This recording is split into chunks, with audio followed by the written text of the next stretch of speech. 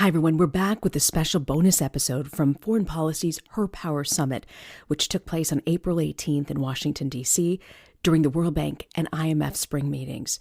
First, I talked to UN Deputy Secretary General Amina Mohammed, and then you'll hear a panel about one of our favorite topics on the show, the role of data in advancing gender equality. Thanks for listening. And now, please welcome to the stage United Nations Deputy Secretary General Amina Mohammed for a conversation on achieving the SDGs.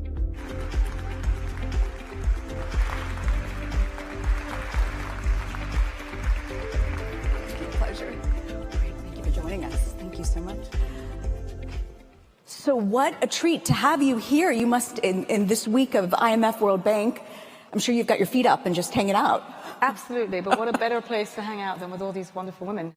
I thought we'd start out with a report card assessment of how you created the Sustainable Development Goals. Where are we right now? How's it looking? I would love to say that it's looking great, but it isn't.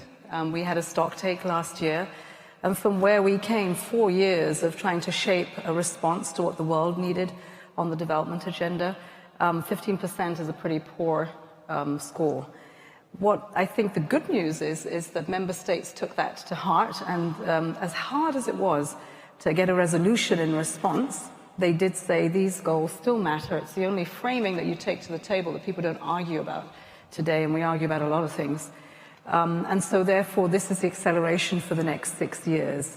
And so I think an acknowledgement that we've not done well, and there are many reasons for that. Many will say to you, the pandemic, COVID, the war in Ukraine, the current conflict we have in Israel and Palestine, Sudan, the Sahel, and many issues will come as why we don't do it. But frankly, before COVID, we were off track. And so important that we pick up the issues of what have pulled us back and not allowed us to lean in to the SDGs, which are so much a part of the response the world has said they need. I love that you're so honest about the assessment and where we are. You're not blaming COVID.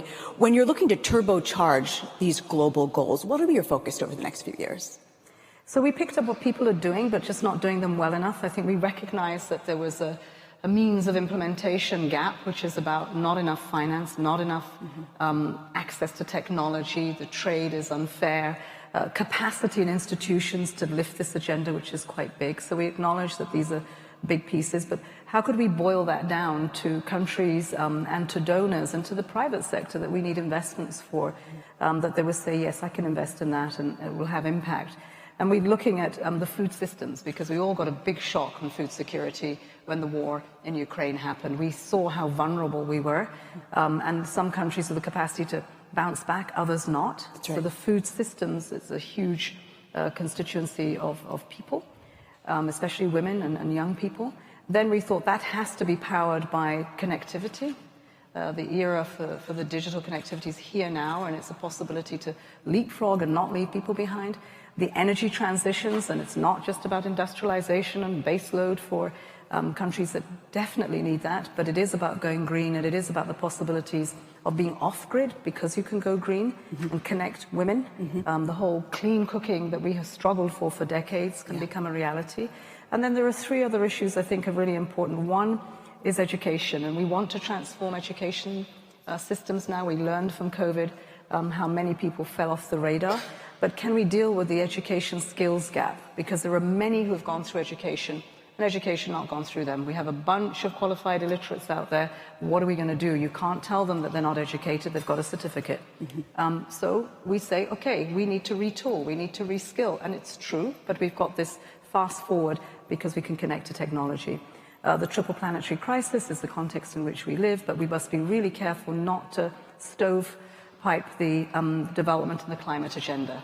They are part of the Sustainable Development Agenda, they're part of the goals come together, but we have to understand that we've got now a home, our living planet, to deal with, and we have to push that 1.5 degree target we have. And last but not least, you can't do this without institutions, people. And that's going to be a really important part of us getting delivery to a social protection floor, so that people are not falling below when there's a shock, and that we're looking at decent jobs. So just you're sort of boiling it down to those 6 areas of investment has helped us. It's not to the exclusion of people will say to me, what about women? Well, for me, if you don't design these 6 investments with women as an outcome in their lives, that they are included, they are empowered, they're also participating in the design, then you haven't done the job. Same with human rights and young people. When you look at financing for development, it remains a significant issue for countries to meet their SDG targets. When you look at developmental financing, what do you find is the most effective way in getting that financing to the right people? I mean, I think whatever financing that we have had over the last decade, let's just even talk about the last 7 years, invariably we have had sufficient experience to get it to the right people. What's happening now is that it's insufficient in its scale. We are drip feeding right now, and we're not getting ahead of the curve of those, what we're expected to have. I mean, we're just not doing it. It's not big enough, and it's certainly not urgent enough. So, for instance, we're negotiating a debt deal with Zambia. It takes 3 years. Which person in any developed country is going to take 3 years to know whether they can eat tomorrow? I mean, there are serious issues here about how we talk about getting resources to the people. Resources are getting to people, but they're not sufficient. And so therefore, when a taxpayer says, well, why is not this working? This is a whole lot of money that we've given. It's because it's too little too late. And you're not seeing the impact. And you will not until you do what is necessary, $4 to $5 trillion a year to meet the SDGs over the next 6 years. I love your background, the daughter of a Welsh nurse and a Nigerian herder who is now at the top in the international community. You've come from very humble beginnings to where you are today. It's really remarkable. And you know the importance of policy.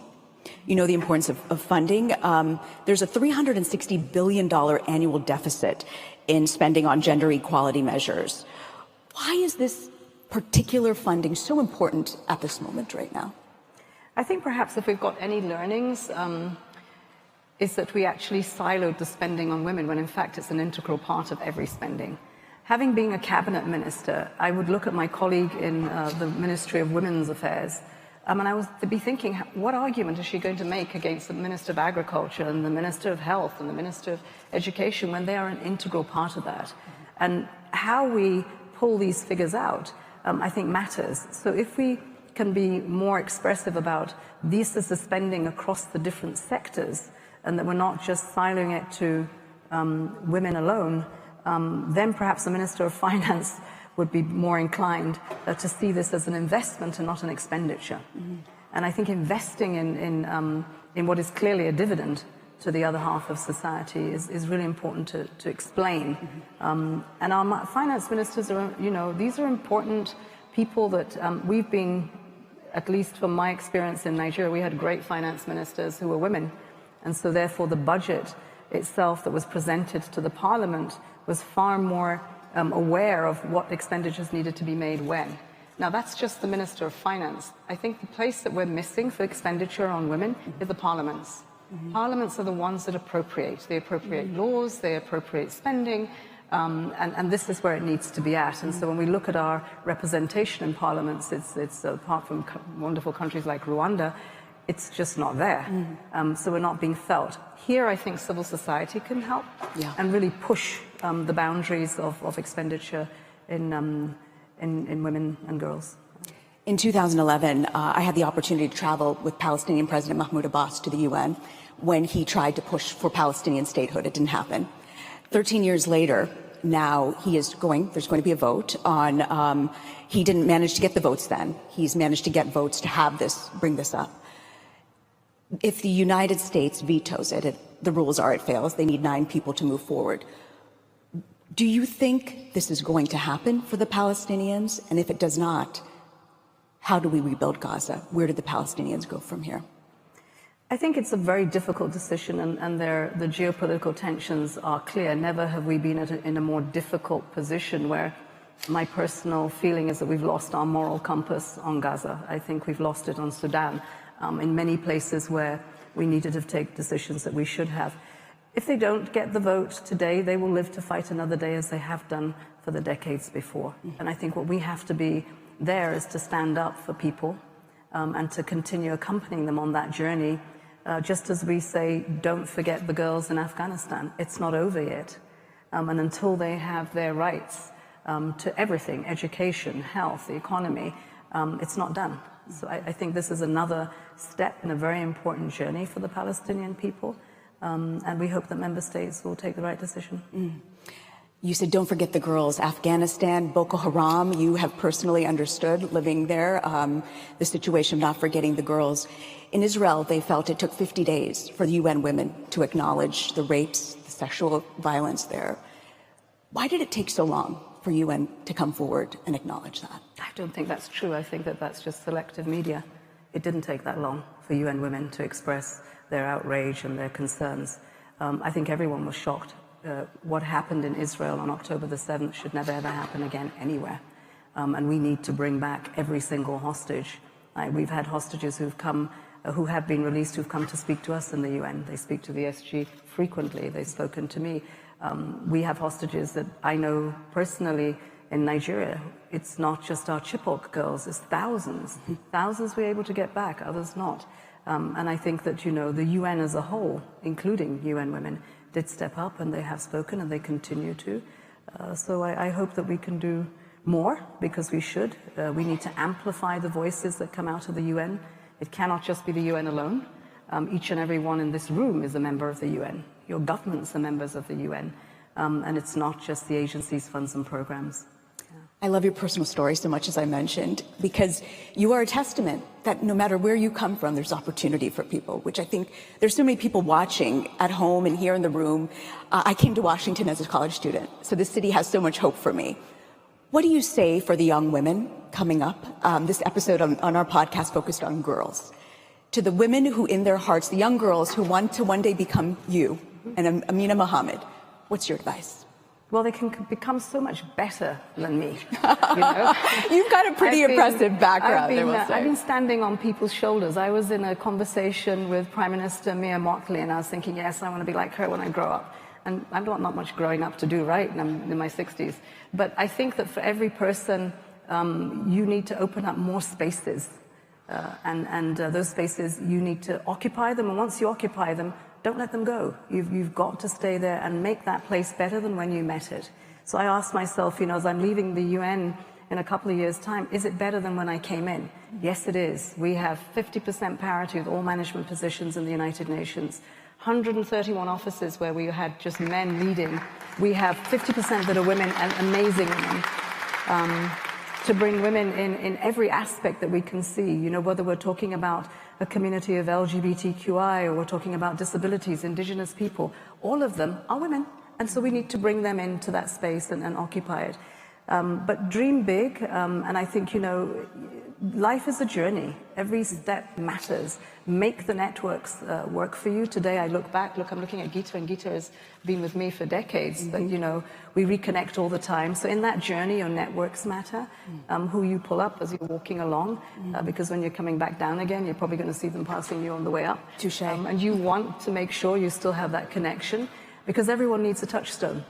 Kofi Annan used to be mine, Graça Machel is, and so you always go home to say, did I do that right? Even as I am now, I'm still checking, was that right?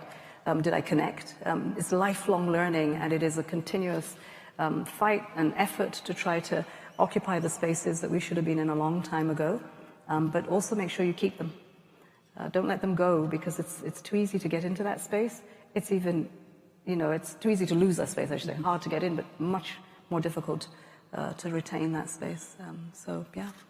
UN Deputy Secretary General Amina Mohammed, we're so grateful you could join us today. Thank you. Thank you. Thank you.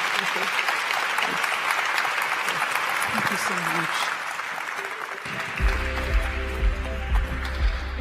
Next, please welcome to the stage Data 2X Executive Director, Krista Jones-Batista, Bill and Melinda Gates Foundation Senior Program Officer, Jennifer Hansel, Chief of the UN Women's Research and Data Section, Papa Sek, and Head of the World Bank's Women Entrepreneurs Finance Initiative Secretariat, Wendy Teleke, for a conversation with FP's Executive Vice President, Allison Carlson, on data and the foundations of gender-inclusive policies.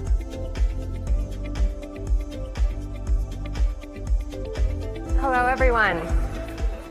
How are you doing this morning? Thank you so much for joining us, those that are here in the room and those who are joining online from around the world. I'm so excited about today and about this conversation in particular. As you've already heard, this is about real conversations, about what matters and what is needed to really drive impact. That's why we're here today, because you all care about it and are working in some way toward better, more impactful outcomes for women. And so thank you again for being here. And thanks to all of you for joining me. I'm thrilled about this panel because we're going to be focusing on the power of precision. And I love the title of it as well, because it's an issue that doesn't get as much attention as is needed. And we need to focus on it more. And what is that? It's data, which is the foundation of economic development decisions, policies, investments, and it's really what can inform the decisions we're all making to drive greater and more equitable outcomes. And each one of our experts here today are working very much at the forefront, but in different ways on this issue. And so, what we do know is while data is fundamentally important, it is often fragmented, not collected systematically, not reported well, and it's often based on cohorts of men that are often driving then information that is biased and having incredible gaps. And so the question before us today is, what can we do about this? How can we really focus on greater, more robust, sex disaggregated data to inform policies so that those policies are more inclusive and equitable and drive greater outcomes, not just for women, but for everyone? And so to start off the conversation, Krista, I'd like to turn to you first. As the Executive Director of Data 2X, you're a data specialist. Why is gender disaggregated data important, and why does it need to be prioritized? Thanks so much, Allison. It's such an honor to be here today and to be on this panel with all of you. Data 2X has been working at this intersection of gender equality and data innovation for the last 10 years. And our focus is really to work in, not as a solitary endeavor, but to bring together stakeholders around the world, UN agencies, governments, private sector, academics, civil society organizations, to look at the ways that gender data can contribute to more gender equal policies and evidence-based policies. So this is the perfect conversation, and again, so glad to be here. So I want to highlight why gender data is so critical to both women's economic power and economic growth. We don't know what we can't measure. And we know that the lived realities, the gender data around women's lives is unique, and it's intersectional, and it's complex. If we think about the range of policies that governments are making, today, right, in the world, things like around transportation, time use, education, health, all of those aspects of our lives are driven by our lived realities as men and women face and diverse genders. And so it's really critical that we look at what the data gaps are. And Data 2X's research has really looked over the years at where those gaps exist and where and how we can fill those gaps. And again, this is really something that we work at the global level, but we also work at the country level. So for example, we're working in Kenya with the Women's Rights Advisor to the President on ways that we can systematically release in really important national level data sets, for example, in relation to time use. And not only look at that data from the official statistics perspective and do the analysis and the policy briefings, but also to go out into communities and be inclusive and work with those individuals in those communities so that they too can understand how data can be used, how it can impact their daily lives. And so I think what we really have seen and what we need to be committed to going forward is furthering this objective of identifying those data gaps, financing the closing of those gender data gaps, and then being inclusive and bringing that conversation out as we do our work globally. I'd like to pick up on something that you said about national statistics and how it's informing programs. And Papa, turning to you, as the chief and who's been driving data and research for gender specifically in UN Women, can you explain how and why you recognize this as absolutely vital to your work and the ways in which your work and the work of the division is really informing gender-inclusive, data-driven policies and investments around the world? Great. Thank you very much, Alison, and thank you for inviting me to this fantastic event. It's really a pleasure to join you all. And just to say, again, I've been at UN Women for about 15 years now. And, gender data has just grown organically, and it has become really a cornerstone of what we do, right? So, essentially, I mean, we get stuck if we don't work on data. I think it has really become very clear for us, but also particularly for our country offices and partners. And, again, we always also talk about the gaps that we have. But I think sometimes we also need to celebrate the gains that we've made. And, having been on this journey for quite a while, I've seen the progress that we've made. And this is really over the last, 7-8 years, where we've really seen, I think, gender data take off. We still have gaps, but we've gone from 26% of SDG indicators to now 52%. That's a massive progress. If we also think about the fact that, we've had COVID in between, right, where investments have dwindled and et cetera. But I think we need to celebrate that kind of progress. And one thing that we've seen, I think, again, because we've just done an evaluation now of our work on gender data in general, and there are several lessons that come in terms of how do you anchor this work at the national level. Issues related to a coordination of actors working on gender data, issues related to capacity development, coordination, and so forth. Those are all important, but I think two of the key lessons that we've seen is that you really need to anchor whatever you do into national plans, right? So if national plans are out of the picture, then whatever you're doing is not sustainable. Right? So, and sustainability is really what we should aim for. At the same time, once you anchor into national priorities, then your countries are more motivated to actually use the data, and that's really what we should aim for. It's not data production; it's data use. Right? Use of the data to improve the lives of people. And with that kind of approach, we've really seen massive progress. You mentioned Kenya. Kenya is an example where we conducted a time-use survey in 2021, which is now leading into the country's first national care policy, which will benefit millions of women. And this is an investment of what? $1 million?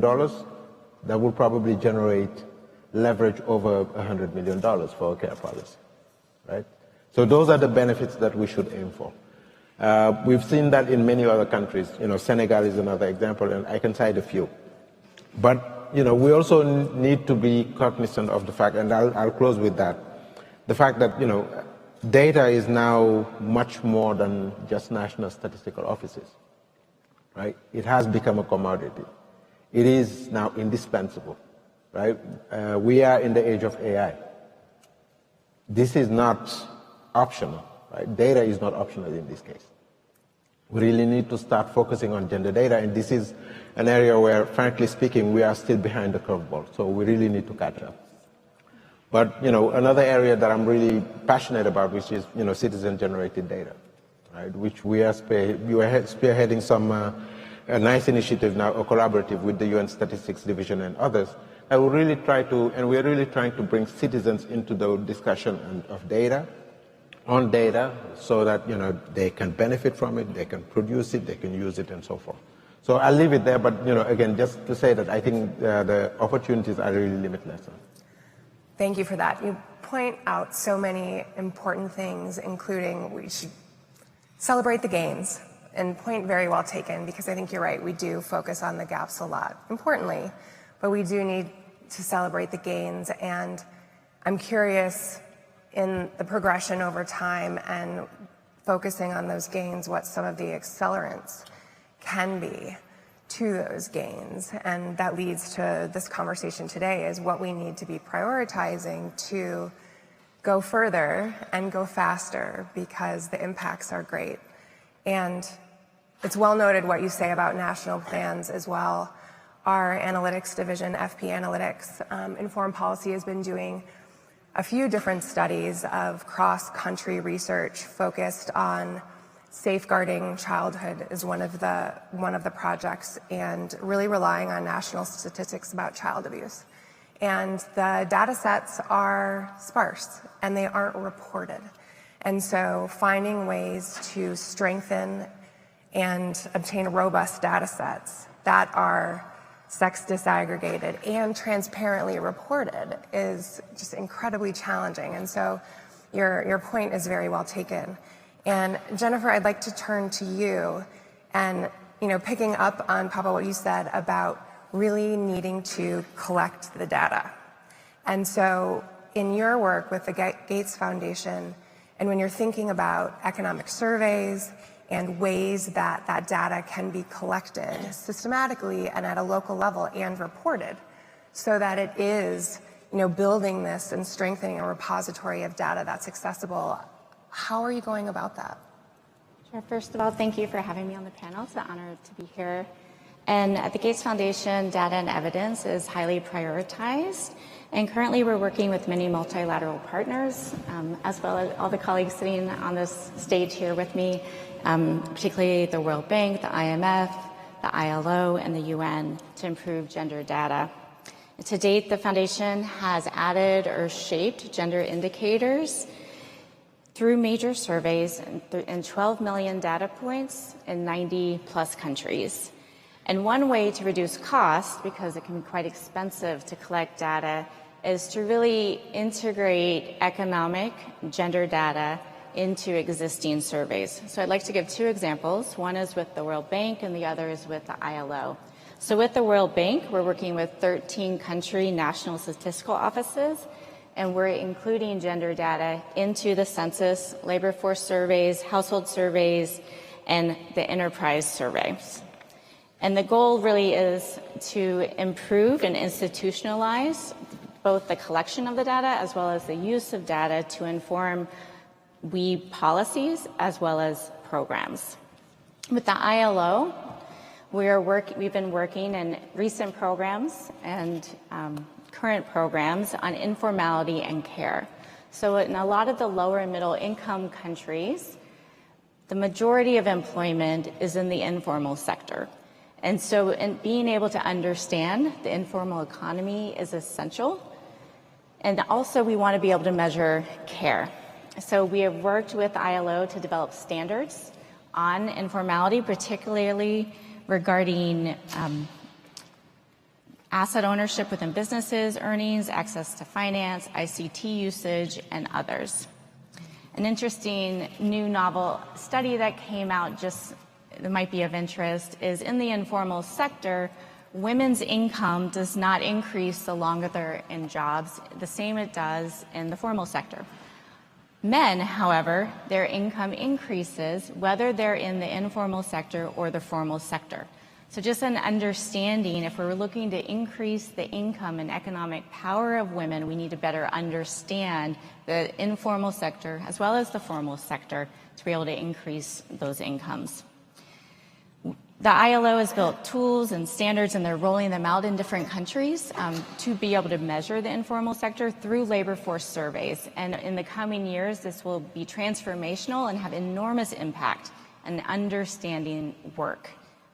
And regarding the care economy, we have been working to build tools and time use surveys or time use measurement practices for also countries to measure this in their labor force surveys.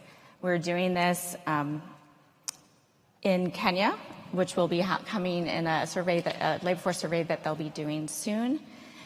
And another area that we're working when we talk about the care economy, which is slightly newer, and something that for decades has been a challenge for us to be able to measure both unpaid care as well as paid care work, as we are developing a standard. So at the next International Statistical Conference, ICLS, we will have a standard to have a better definition of care, and we can all speak the same language when we're talking about care and to really measure women's, particularly women, but everyone's work in this sector. Thanks. Thank you for that. And your comments about the informal economy are so incredibly important, and the amount of work and labor that goes unrecognized and unremunerated. And so how we can more systematically understand that landscape and then develop policies to be more supportive of women will have iterative and cascading impacts throughout economies. And this idea of translating data into impact is so important. And Wendy, I'd like to turn to you and thinking about the role of women in local economies and all of our growing economies.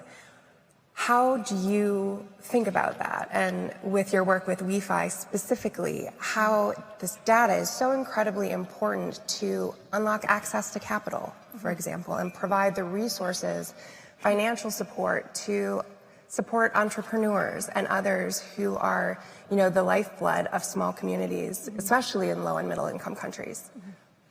Thank you, and thanks so much for having me here. I'm really excited to be here and to be able to talk about this topic that I'm really passionate about. So Wi-Fi sits at the World Bank, and we work with all of the multilateral development banks to support women entrepreneurs in developing countries. There's about 400 million women entrepreneurs around the world, and in developing countries, women are twice as likely to be entrepreneurs or aspire to be entrepreneurs than in developed countries. So it's a much bigger part of our challenge and opportunity in the countries in which we work. Wi-Fi is working in about 80 countries now, and a big focus of our work is to close financing gaps for women entrepreneurs. And we do this by working with banks, by working with regulators, working with financial infrastructure and others to close those gaps. There's about a $1.7 trillion financing gap for women entrepreneurs. And when we try to deploy our instruments, work with financial institutions, work with regulators, we find a lot of friction.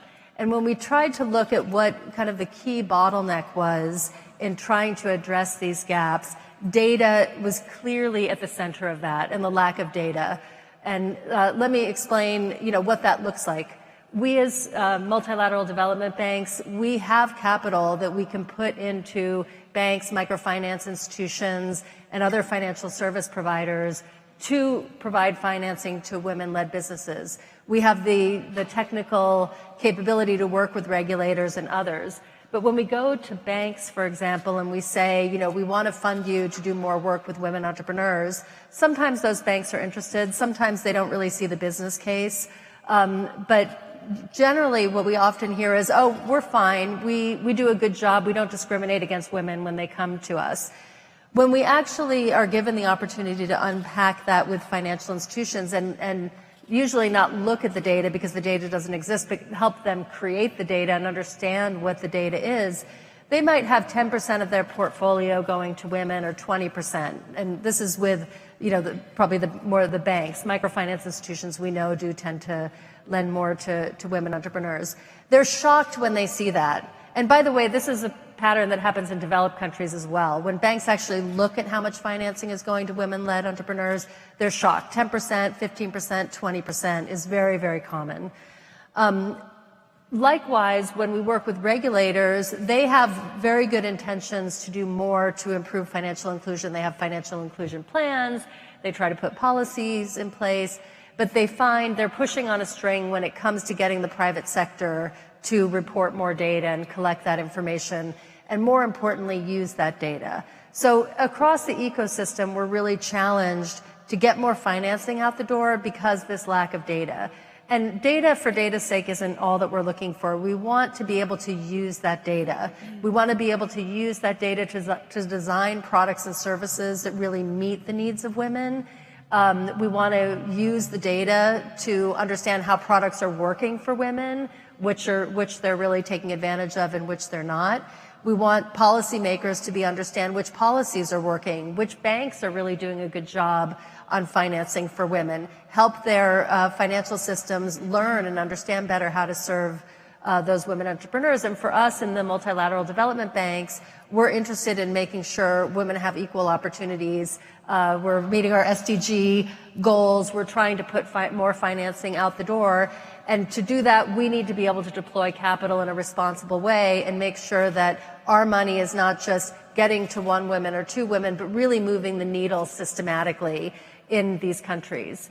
And we're working across the ecosystem. We're very happy to be working with, for example, UN Women and the Gates Foundation on a new initiative we call the We Finance Code, which is now being rolled out in 26 countries to bring together the regulators, the bankers associations, funds, fintechs, all to accelerate the collection of data and action to support more women entrepreneurs in these countries. And that will help drive growth in these countries as well. Women entrepreneurs employ significantly more women proportionally than male-led firms, so we see this also as a way to drive labor force participation and growth in the countries that we're working in. So it all starts with data, but it radiates out from there if you can really take a systems approach and an ecosystem approach, which is what we're trying to do.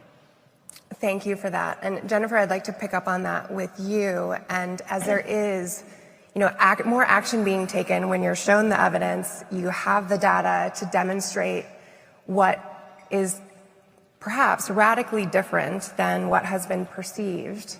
When you're thinking about evidence-based and results-oriented measurements and closing those gaps and these kinds of partnerships, how is the Gates Foundation focusing on that specifically and in partnership, understanding everyone has a complementary but differentiated role to play in this, right? Sure, thanks for that question. We are working to close the gender gap in many ways, including the financial gap that Wendy was just talking about. And I'd like to give 3 examples. One is working on the implementation of the WE policy in Nigeria, and would like to flag that they're using the Women, Business, and Law report and the World Economic Forum Economic Opportunity Sub-Index to measure progress. So I think one thing is using these existing data sets to show how we're improving or not improving, as the introduction was saying earlier today, is one area you want to flag. The other is regarding the care policy. And the Gates Foundation has really been working a lot in collecting the data. So first of all, we did the time use survey that was mentioned earlier in October 2023, and that was in the 2021 Kenya Continuous Household Survey. That was then used to inform the National Care Needs Assessment, and this is working with the UN. And then that developed the National Care Policy Roadmap. And now we're working with the government and other partners, with the UN, to take the time use survey, the needs assessment, and the roadmap to inform an evidence-based policy on care at the national level. And the third example I'd like to point out is today, or actually last night, at the spring meetings, we released a white paper. So on everyone's table, you should have a policy brief. And really, it's talking about the different capital interventions that are on a spectrum, from highly concessional, so if you're thinking about ultra-poor graduation models, to fully commercial, so SMEs that get unsubsidized loans from a bank. And one of the issues, particularly Wendy was talking about, is how do we understand the risk of the borrower? And when we don't have the data there, sometimes there is a higher risk than is actually there. And so in Africa, a lot of people, women have an APR of 70% APR, which is huge. So how do we get women getting better, fairer, more affordable financial products? And how do we get commercial banks to do this? And so one way is through more data and evidence and transparency of that data. And we wanted to flag Kaleidofin in India as one organization that's really sort of doing this in a creative way and making sure that you can have a credit history and you can show that women are, say, less risky. And we can also hopefully design better financial products depending on where you are on that spectrum. So this is for everyone, and especially for women who we know are not there's this huge gap that we're trying to fill in finance. Thanks. Thank you for that. And please do dive into that brief on your tables. And I think one of the things that's really exciting is about the tools and the resources that are available. I think there are so many that are trying to understand and learn, how can they in their respective roles engage in this and learn from, what has been learned to date, lessons learned. And so I think that policy brief is a real distillation of that. In the last few minutes we have, I'd like to talk about what's new and ways to fill the gap. Innovations that are happening. Papa, you referenced civilian-driven data collection. And Krista, I know you've been working and thinking about AI and machine learning. How can we utilize and harness new tools and innovations, which certainly have the need for guardrails as well, to be clear, but I do think there's opportunities to fill some of these gaps with new ways and new tools. And so, Papa and Krista, I'd like to turn to you in the last few minutes, and then I have a hot round for all of you before we go. But when you think about those new tools and different means to fill in those data gaps, what are you seeing that's working well and that we should be leaning into? Yeah, go ahead, please. Start. I'm sure we have similar things, Yes, possibly. But, we're already seeing ways that AI can be used to visualize, analyze, and harmonize data sets. And I'm really cautiously optimistic that when we see the ways, for example, that AI can be used to automate data queries across different data sets. This is happening already in many of the organizations represented in this room or that we're working with. And this can really help us get at this using data in new ways. I think we're at the kind of peak of the hype cycle with AI, and so I think it's really imperative and kind of urgent that we engage in this space and think about things like, as Papa alluded to, we're already a bit behind on the AI and gender data space. And so before we jump full force into AI, I think we need to really understand where the gaps are, what biases are already baked into AI systems, engage with the private sector on addressing kind of current mitigation measures, human audits, this like pairing that we heard about earlier of a human and an AI system. And then also take some proactive measures ourselves to prepare data sets to be ingested and used by machines in collaboration with humans. And really thinking about how to be inclusive and co-create the AI tools that can really drive the impacts that we all are working toward. There's innovations happening, but I don't necessarily see those being shared widely. And so that's another area where I think all of us can be working. These things are taking place at global institutions like many of ours, but also in the ground, in Africa and Asia and Latin America. So how do we make sure we're amplifying those successes and bringing those stories cross-regionally and taking multi-sectoral approaches? To keep it brief. Yeah, no, exactly. I think my intervention actually goes in the same direction. It's really about sharing and bringing also new communities into this conversation. So you mentioned AI. I think the one that I'm actually more excited about these days is citizen-generated data, right? So it's a whole new paradigm. It's a whole new ball game, I think, when we are talking about that. There are instances where we actually don't want governments to measure. We want the information to come from citizens, from third parties. And this is really about that. And, that's one area where we've seen tremendous growth in a very short time period. And really different communities who've been working for a long time in these areas, but basically in silos. So the fact that we're now able to bring these communities together, I think really gives us, I think, a whole new set of options for improving data, not just official data, but gender data in general. It's exciting, and I'm thrilled to be ending this conversation on that note and in that spirit. And so I'd like to go to each of you quickly and thinking about that and going back to something that you said earlier about the accelerants. We are holding Her Power today alongside the IMF World Bank spring meetings, where a number of leaders in very powerful positions are making decisions and discussing policies, investment priorities.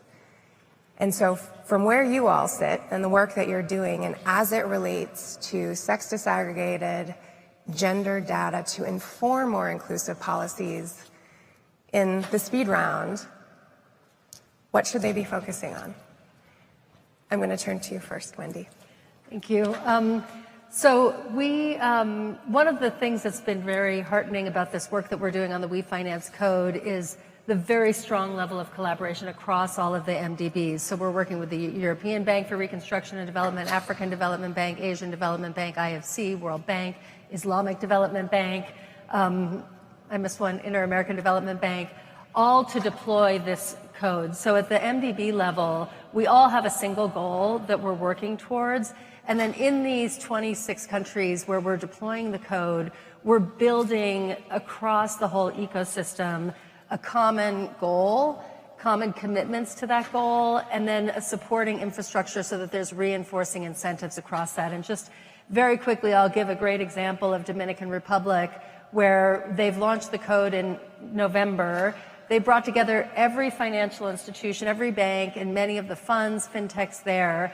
And they're really very, very actively, very quickly moving towards getting common definitions, common commitments to collect the data, a process for collecting the data, learning about how to analyze and use the data, build the business case in a time frame that is unusual for data projects. They tend to be slower, but this is really creating incentives and enthusiasm and building leaders who are really advocates for this also in the country to keep it moving forward. So that common vision, the common goal, and that leadership element are really critical. And bringing the World Bank and the rest of the multilateral banks together to help catalyze that and make it happen has been a really powerful tool because of where they sit, both looking at policy and private sector investments. So they have a lot of tools at their disposal to do that. Great, thank you for that. And we're over time, so I'm going to turn in just a few words the priorities for each of you, or otherwise I'm going to get in trouble with my team for running over time again. But Krista, over to you. Great. Sure. So I would say to continue the progress on closing the gender data gaps, as well as prepare for the innovations that are ahead of us, we need to continue to ensure that there is financing for gender data initiatives and gender data systems. Thank you. Papa? Yeah, I'm absolutely with Krista. Without the money, we're not going to go. I mean, we will make progress, but it will be very slow. So I think investments are absolutely critical. We know what works, but we are now currently, I think we really need to step up on investments. Absolutely. Thank you for that. Jennifer? Thanks. In a tight fiscal space, I think one of the things that we want to think about is women as part of that solution. And so when you're looking at economic growth, when you're looking at how do you build that economic growth, we have to consider women in those policies, whether it's fiscal policies, whether, even monetary policies, labor policies. Women are half of the population, and they are part of that solution when we're looking for creating more jobs, a safer place to live, and they've got to be part of that conversation and part of the solution. Absolutely. Well put.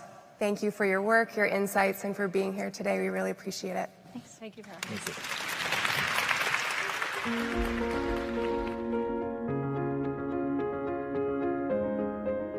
And that does it for today's show. The Hidden Economics of Remarkable Women is a production of Foreign Policy and is supported by the Bill and Melinda Gates Foundation and the Roberta Buffett Institute for Global Affairs at Northwestern University.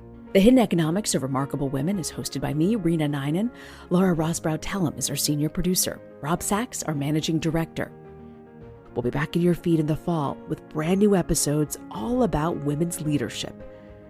Till then, thanks for listening and be well.